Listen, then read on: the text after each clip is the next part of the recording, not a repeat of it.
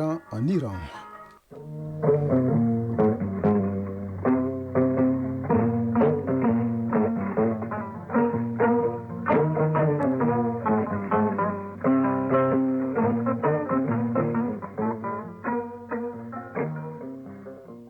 Le journal Bourama Traoré. Mesdames et messieurs, bonjour et bienvenue dans la première édition de Mali Actualité, les titres.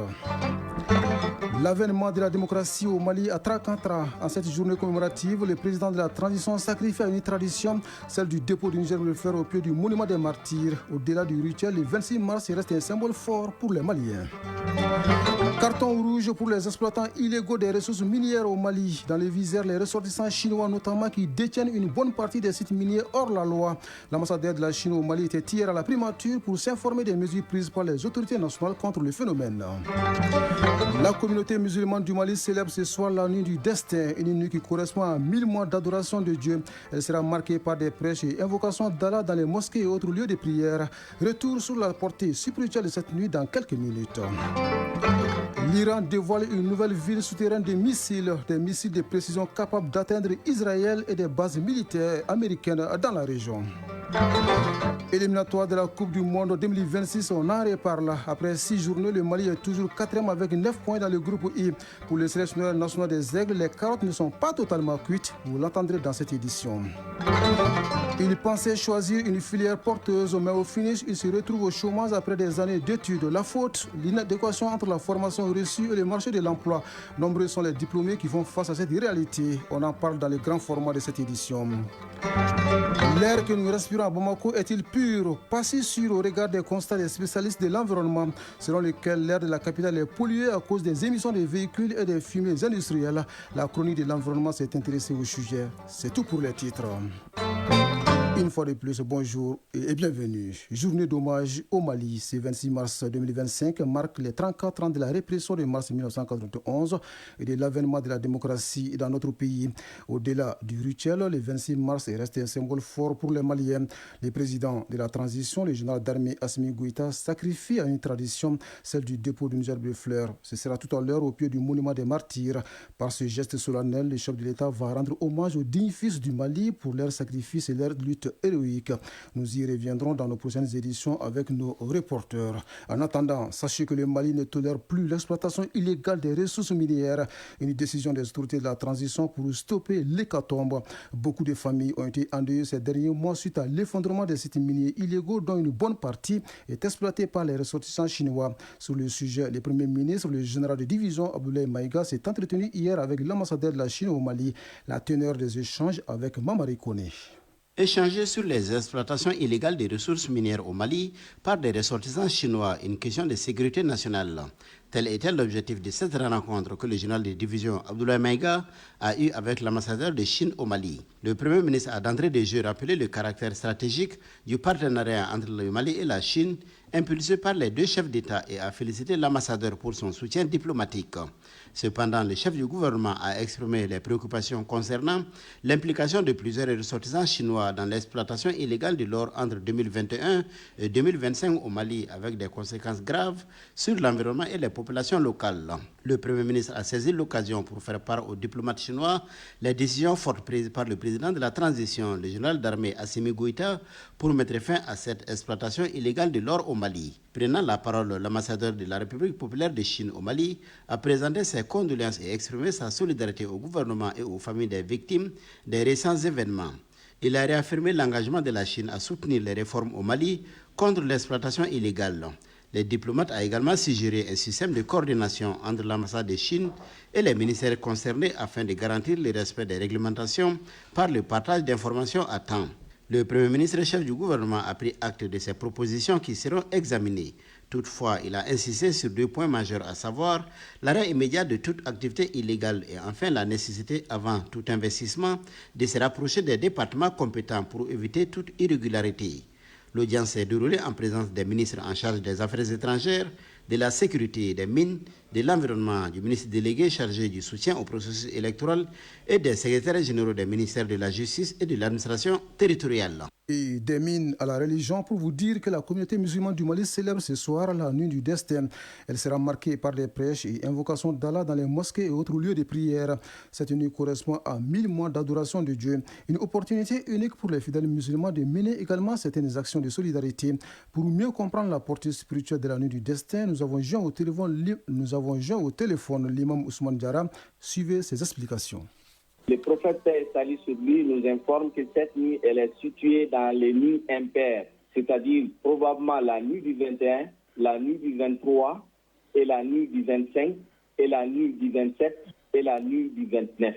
Donc, elle est située quand même dans les 10 dernières nuits, mais avec plus de précision dans les nuits impaires et avec beaucoup de probabilité sur la nuit du 27. La nuit du destin est une nuit bénie, une nuit de miséricorde, une nuit de pardon, et une nuit pendant laquelle Allah subhanahu wa ta'ala va publier aux anges le planning des événements qui doivent se dérouler dans l'année. Donc c'est une nuit de bénédiction, une nuit où le musulman doit se rapprocher de son Seigneur pour demander l'aide et l'assistance. Le prophète paix et salut sur lui nous dit qu'il y a deux choses, à savoir l'aumône et l'invocation. Donc le musulman qui invoque Dieu dans cette nuit et qui donne de l'aumône, qui s'adonne à l'adoration du Dieu, ce qui sera destiné pour lui sera du bien. Donc nous devons multiplier les prières, nous devons multiplier l'invocation, l'imploration du Dieu, et de la même manière nous devons multiplier aussi les actes d'adoration. Le prophète paix et salut sur lui nous informe que celui qui veille la nuit du destin avec foi et en espérant la récompense de Dieu, verra tous ses péchés pardonnés. Quand l'épouse du prophète sallallahu alayhi wa sallam, Aïcha, elle a interrogé le prophète, quelle forme d'invocation tu me recommandes quand je sais que c'est la nuit du destin? Le prophète lui a recommandé de dire Allahumma innaka afuwun tuhibbul afwa fa'fu anni. C'est-à-dire, Dieu, tu es le pardonneur, tu aimes pardonner, alors je te demande Dieu de me pardonner. Donc cette formule, nous devons beaucoup la multiplier, ajouter à cela d'autres formules d'invocation pour se rapprocher d'Allah subhanahu wa ta'ala. Hors du Mali, la médiation dans la crise congolaise entre dans une nouvelle phase. 3 nouvelles personnalités rejoignent cette médiation des anciens présidents Olusegun Obasanjo du Nigeria et Uhuru Kenyatta du Kenya pour former un panel de 5 facilitateurs. Objectif, relancer le processus de paix dans l'est de la RDC. C'est l'une des décisions du sommet virtuel qui réunit depuis lundi les chefs d'État de la communauté d'Afrique de l'Est et de la communauté de développement d'Afrique australe. Dans les 30 prochains jours, les facilitateurs devront obtenir un engagement politique clair des différentes parties pour relancer un dialogue direct. Ils travailleront aussi à un engagement militaire destiné à éviter toute nouvelle escalade des violences. Et enfin, ils mettront en place un mécanisme chargé de surveiller le respect du cessez-le-feu. Nous restons en RDC où l'ancien chef de milice Thomas Lubanga lance un nouveau mouvement politico-militaire dénommé Convention pour la République populaire. Il nie tout lien avec l'Alliance du fleuve Congo et les M23. Thomas Lubanga a été condamné par la Cour pénale internationale à 14 ans de prison pour l'enrôlement d'enfants soldats et libéré en 2020 après avoir purgé sa peine. Dans le nord-est du Nigeria, au moins 11 Camerounais ont été tués et 21 blessés dans une attaque attribuée aux combattants du groupe Boko Haram. Plusieurs bases militaires ont été incendiées et des armes saisies par les assaillants. Selon des sources sécuritaires à Maroua, l'attaque est survenue dans la nuit du lundi 23 au mardi 24 mars 2025 dans la localité nigériane de Wilgo. En Iran, les gardiens de la révolution dévoilent une nouvelle ville souterraine de missiles. Elle est considérée comme l'une des plus grandes bases souterraines de missiles dévoilées ces dernières années par les pays. Ces missiles de précision, dit-on, sont capables d'atteindre Israël ou des bases américaines dans la région. Enfin, l'ONU-SIDA tire la sonnette d'alarme. Le monde pouvait revivre les pires heures de la pandémie de SIDA sans reprise du soutien financier des États-Unis, principal contributeur mondial à la lutte contre le VIH. C'est ce qu'a déclaré Fouré Simaga, directeur des programmes à l'ONU-SIDA, qui précise qu'il pourrait y avoir 6 millions de morts en plus dans les 4 ans à venir.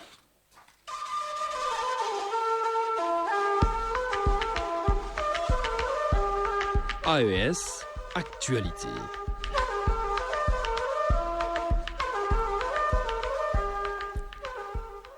L'actualité dans les pays de l'AES nous amène d'abord à Tillabéri au Niger où une forte délégation des forces de défense et de sécurité s'est rendue à Fambita et cette localité a récemment fait l'objet d'une attaque terroriste. Au total, une quarantaine de civils ont été tués. La délégation est donc allée présenter ses condoléances aux familles endeuillées et souhaiter prompt rétablissement aux blessés. Djibrila Lalalga de la Voix du Sahel était de la visite. Fambita, village situé dans la commune rurale de Kokorou, département de Terra, a été lâchement victime d'une attaque ce vendredi 21 mars 2025 par des individus très mal intentionnés qui ont ouvert le feu sur les paisibles citoyens en train de prier la prière de Jumaa. Non satisfaits, ils ont poursuivi en tirant sur le marché qui s'animait chaque vendredi, un marché qui a été brûlé vif. Cette attaque ignoble n'a épargné ni bébés, mamans, vieilles personnes, jeunes et adultes. Plus d'une quarantaine de personnes ont perdu la vie en ce mois béni de Ramadan, un mois de dévotion. Et sur instruction du président du Conseil national pour la sauvegarde de la patrie, CNSP, le gouverneur de la région de Tillabéri, le lieutenant-colonel Meina Boukar, était à Fambita pour présenter les condoléances aux familles des victimes et par ailleurs remonter le moral des populations. Ce qui s'est passé ici est très grave. Prions pour que les âmes des disparus reposent en paix, qu'Allah subhanahu wa ta'ala les accueille dans son paradis éternel Firdaus. En même temps, nous souhaitons prompt rétablissement aux blessés. Vous qui êtes là, ensemble, nous allons nous serrer le coude. Ensemble, nous allons rester unis pour que pareil acte ne se répète plus. Inch'Allah, nous prendrons des dispositions. Meina Boukar de poursuivre en rappelant aux populations que l'État mettra tout en œuvre pour vaincre l'ennemi d'où qu'il vienne.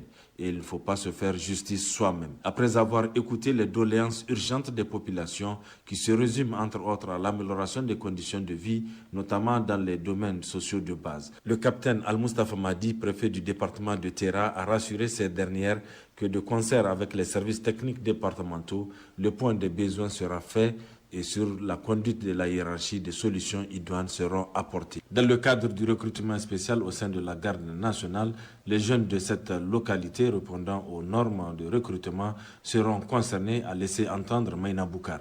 Une fatia a été dite pour le repos éternel des âmes des disparus. Au Burkina Faso, l'air est plutôt au recalibrage du Grand Balai. Il s'agit de l'élargissement du lit de ce fleuve. L'objectif est de prévenir les inondations qui font chaque année des victimes dans le pays. Les travaux sont confiés à l'Office national des barrages et des aménagements hydro-agricoles. Hamado Ouedrago de Radio Burkina nous donne d'autres détails. Le pont, fréquemment submergé lors des fortes pluies de la saison pluvieuse écoulée, a occasionné des interruptions du trafic, voire des inondations dans le village de Eredougou. Pour remédier à ces problèmes, le gouvernement a lancé les travaux de recalibrage des abords du pont. C'est l'Office national des barrages et des aménagements hydro-agricoles qui a en charge l'exécution de ces travaux. Son directeur général, le commandant Yaya Traoré. Consiste à élargir le lit du cours d'eau pour commencer le terrassement sans faire un travail préparatoire qui est le déblaiement des arbres et déraciner les arbres pour laisser l'espace maintenant aux machines qui vont venir pour le terrassement proprement dit. Donc c'est le travail préparatoire que vous voyez ici avec un bulldozer qui déracine les arbres qui peuvent gêner le terrassement. Un travail à la chaîne selon le directeur général de l'ONBA. On fait en même temps, donc il n'y a pas quand on prépare et puis au fur et à mesure les autres suivent. Donc il n'y a pas un jour pour le nettoyage et puis un jour. C'était les travaux préparatoires pour les travaux de terrassement. Donc là nous sommes en plein terrassement. Vous voyez qu'il y a des bennes en mouvement, des chargeuses et des excavateurs. Normalement après ici, si l'eau vient, il ne devrait pas avoir de problème. Il souligne également la contribution significative des populations locales à la bonne marche des travaux. Nous bénéficions de l'accompagnement de la population puisque c'est eux qui vont élaguer les arbres qui sont au bord du fleuve et nous appuient aussi quand nous avons des problèmes. Comme parfois il y a des domaines où on ne peut pas rentrer sans demander la permission. Ce projet est essentiel pour assurer une circulation fluide sur la RN1 et prévenir les inondations récurrentes dans la région, selon le commandant Yaya Traoré.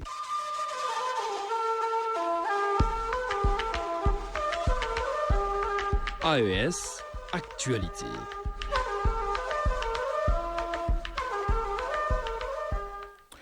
Nous arrivons au grand format de cette édition. Il porte sur l'inadéquation entre la formation et l'emploi. Si les études supérieures sont généralement sanctionnées par des diplômes qui confèrent une qualification aux titulaires, force est de constater que certaines formations ne sont plus adaptées au marché de l'emploi. Conséquence, leurs titulaires sont peu sollicités lors des concours et passent des années sans décrocher un premier emploi. Cri de cœur de ces jeunes diplômés qui ne savent plus à quel sens s'y vouer et explication des spécialistes avec Dramane Sanogo. Sur la colline du savoir, autrement dit le siège de l'université de Badlabougou, les études ne constituent plus les seules préoccupations des étudiants, mais leur statut après l'obtention du diplôme. Ceci est dû au fait que certaines filières ne répondent pas aux besoins du marché de l'emploi.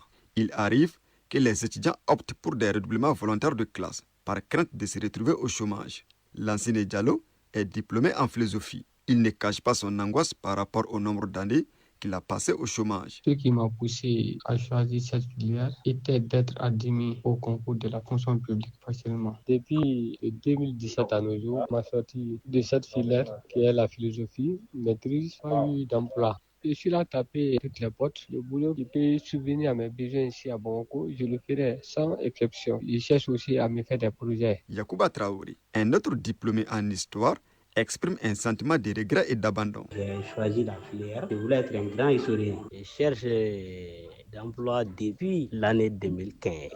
Le sentiment que j'ai aujourd'hui est un sentiment de désespoir car nous nous sentons abandonnés par l'État. Je me suis lancé dans les projets personnels. Sekou Sanoko, parents d'élèves, interpellent l'État à trouver une solution à cette problématique. J'ai quand même aidé mon enfant à choisir, parce que le choix de filière c'est là, mais il y a une autre réalité encore après les études. Les étudiants qui ont choisi les filières de lettres, les gens qui ont fait anglais, socio-anthropologie, philosophie, souvent sont destinés à l'enseignement. Et souvent, tu vas voir ces élèves-là, et après les études universitaires, n'arrivent pas à travailler. Parce qu'il faut passer par l'INSOUPAN, c'est très compliqué. Et souvent, la plupart des étudiants, surtout ceux qui ont les moyens, les parents ont les moyens, ils sont obligés d'aller inscrire les étudiants dans des universités privées encore, après avoir passé 5 ans, ou bien 4 ans, ou bien 6 ans même, à l'université malienne. Selon Mohamed Abdoulahi Cheiban, conseiller technique au ministère de l'Entrepreneuriat national, de l'emploi et de la formation professionnelle, seules les formations courtes et les filières adaptées au marché de l'emploi peuvent résoudre cette problématique d'inadéquation formation-emploi. C'est le choix de la filière et le cycle qui est vraiment en cause. Maintenant, ce que nous on leur propose, aujourd'hui je cherche de l'emploi, donc je peux venir me reconvertir. Donc et cette reconversion est possible au niveau de notre département, au niveau de la NPE, au niveau de la pêche, et dans tous les pays du monde, c'est le secteur privé qui génère l'emploi. Donc il faut former en fonction des besoins de notre économie. Nous, on n'intervient pas au moment du choix, mais nous faisons des propositions. Voilà aujourd'hui les filières porteuses. Au ministère de l'Enseignement supérieur et de la Recherche scientifique, nos tentatives d'avoir sa version des faits sont restées vaines. Si l'instruction est un droit pour tous, l'obtention d'un diplôme est aussi capitale pour les sortants des écoles, instituts et universités. Pour ce faire, le choix des filières adaptées au marché de l'emploi est primordial. Dans les cas contraires, les diplômés devraient songer à se reconvertir.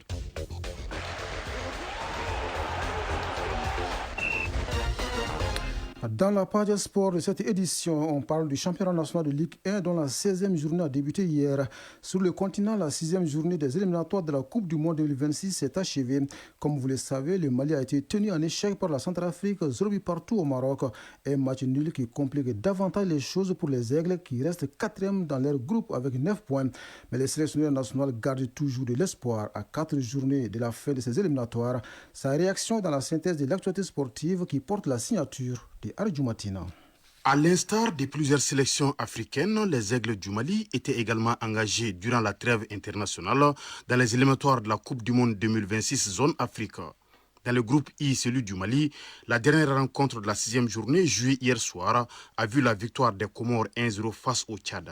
Ainsi, le classement après 6 journées dans le groupe I, le Ghana est leader avec 15 points, suivi des Comores 2e avec 12 points. Madagascar est 3e avec 10 points. le Mali est 4e avec 9 points, 5e la République centrafricaine avec 5 unités et le Tchad dernier avec 0 points. À 4 journées de la fin des éliminatoires, le sélectionneur des Aigles, Tom Saint-Fit, se veut confiant quant à la suite de la campagne. Je vous propose de l'écouter au micro de Fotiki Tunkara. Il y a des autres matchs. Maintenant, on doit calculer avec seulement un match contre Ghana. On a toujours besoin que Ghana va perdre des points. Mais OK, on va faire tout pour les prochains 4 matchs dans la qualification pour une victoire. Et après, on va voir que c'est suffisant pour la qualification ou pas. Dans les 8 autres groupes, déjà après la 6e journée, plusieurs équipes sont bien parties pour finir en tête, synonyme de qualification pour le mondial. Ainsi, le classement est le suivant. Dans le groupe A, les Pharaons d'Égypte dominent les débats avec 16 points, suivi des étalons du Burkina Faso, deuxième avec 11 points. La République démocratique du Congo, avec 13 unités, est leader du groupe B. Le Sénégal, grâce à sa victoire 2-0 sur le Togo, est deuxième avec 12 points. L'Afrique du Sud est leader du groupe C avec 13 points et compte 5 points d'avance sur le Rwanda, deuxième. 13 points également pour les requins bleus du Cap-Vert, premier du groupe D devant le Cameroun, deuxième avec 12 points. Le Maroc mène la danse dans le groupe E avec 15 points. Les Lions de l'Atlas, qui comptent 9 points d'avance sur leur dauphin, le Niger, se qualifieraient en cas de victoire lors de la 7e journée. Dans le groupe F, on retrouve en tête les éléphants de Côte d'Ivoire avec 16 points, mais talonnés par les Panthères du Gabon, deuxième avec 15 points. Pas de problème également pour les Fennecs d'Algérie, 15 points, et les Aigles de Carthage de Tunisie, 16 points, qui sont respectivement leaders des poules G et H. Signalons que les premiers de chaque poule se qualifient directement pour le mondial 2026. Toujours dans le registre des éliminatoires de la Coupe du Monde 2026, il y avait au niveau de la zone Amérique du Sud un certain Argentine-Brésil au compte de la 14e journée. Finalement, cette affiche des géants a tourné à l'avantage de l'Argentine, l'Albi Céleste, qui bat le Brésil 4-1. Avec 31 points à 4 journées du terme, l'Argentine est presque qualifiée pour le mondial. L'Équateur est deuxième avec 23 points. L'Uruguay, le Brésil et le Paraguay comptent chacun 22 points. Au plan national, pour terminer, après les 16e de finale de la Coupe du Mali, phase fédérale, place à la 16e journée du championnat national Ligue 1 professionnel. Hier mardi, il y avait au programme 2 affiches. À Bougouni, le Binga FC en déplacement s'est incliné 2-1 devant l'US Bougouni. Et à Bamako, au stade Mamadou Konaté, les 11 créateurs de Nyarela et l'AS Real de Bamako ont fait match nul 0-0. Cette 16e journée se poursuit demain jeudi et s'achève vendredi. Chronique de l'environnement.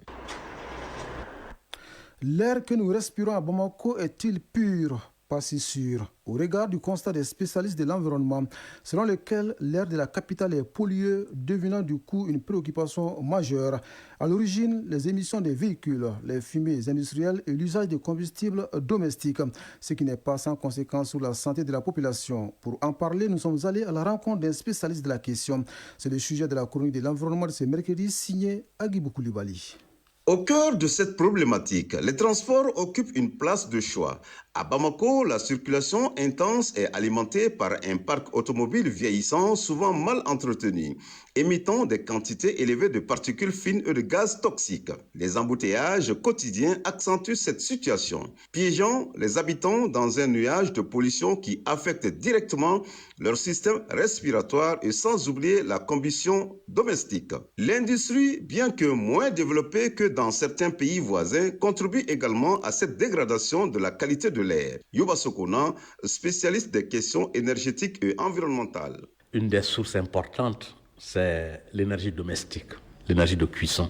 Au-delà de ça, c'est le système de transport. Il y a une prolifération, non pas seulement de voitures, mais également de motos. C'est-à-dire, c'est la plupart du temps, les voitures de seconde main qui viennent au Mali et les motos de seconde main qui viennent au Mali.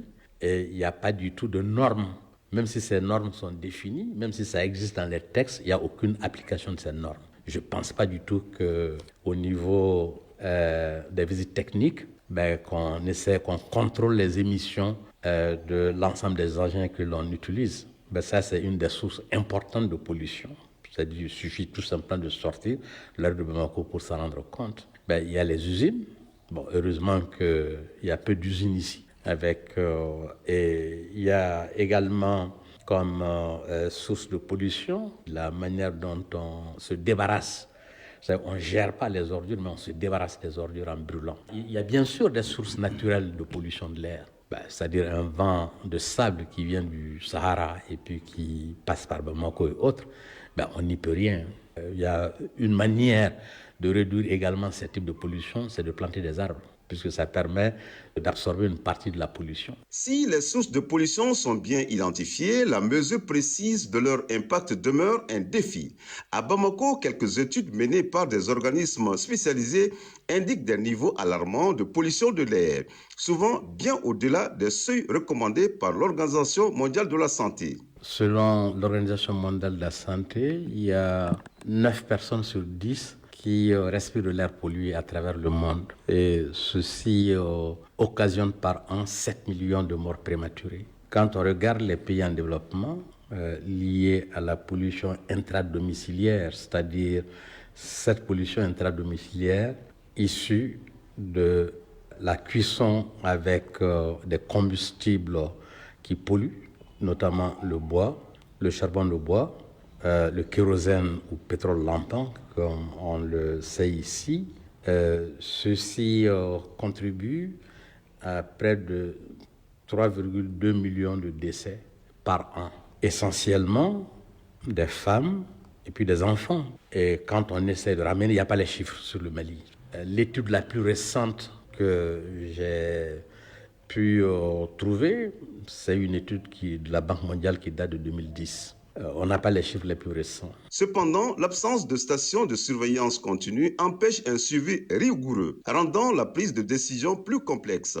Je sais que dans le cadre d'un programme des Nations Unies sur l'air pur et changement climatique, il y avait la possibilité de doter tous les pays africains qui s'intéressent à la question pour au moins qu'ils fassent la mesure de la pollution. Et quand on a une idée assez exacte du problème, on peut prendre des mesures pour y faire face. Malheureusement, je ne pense pas du tout que...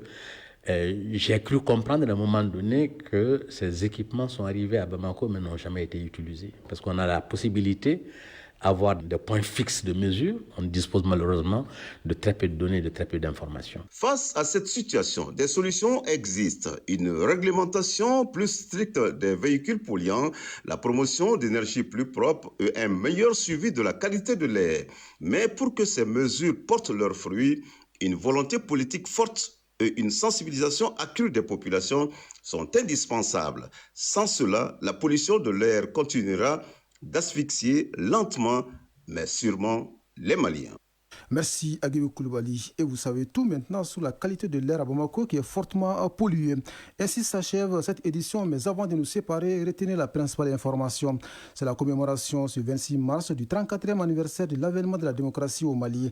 À cette occasion, le président de la transition, le général d'armée Assimi Goïta, doit procéder, si ce n'est déjà fait, au dépôt d'une gerbe de fleurs au pied du monument des martyrs pour rendre hommage à nos compatriotes qui se sont sacrifiés pour que ce jour soit. Nous y reviendrons dans nos prochaines éditions. La présente vous a été servie par un trio à Alima Ouattara aux manettes, Badi Touré à la mise en ligne et au micro Bourama Traoré.